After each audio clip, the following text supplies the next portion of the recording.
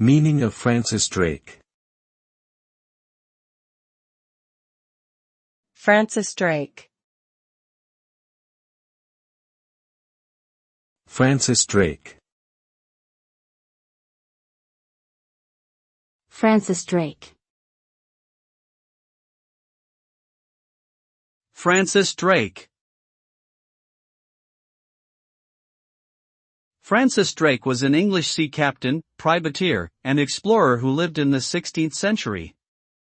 He is best known for being the first Englishman to circumnavigate the globe and for his role in the defeat of the Spanish Armada.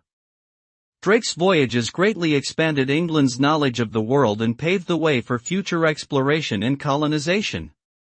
His legacy also includes controversy, as he was involved in the slave trade and committed acts of piracy against Spanish ships.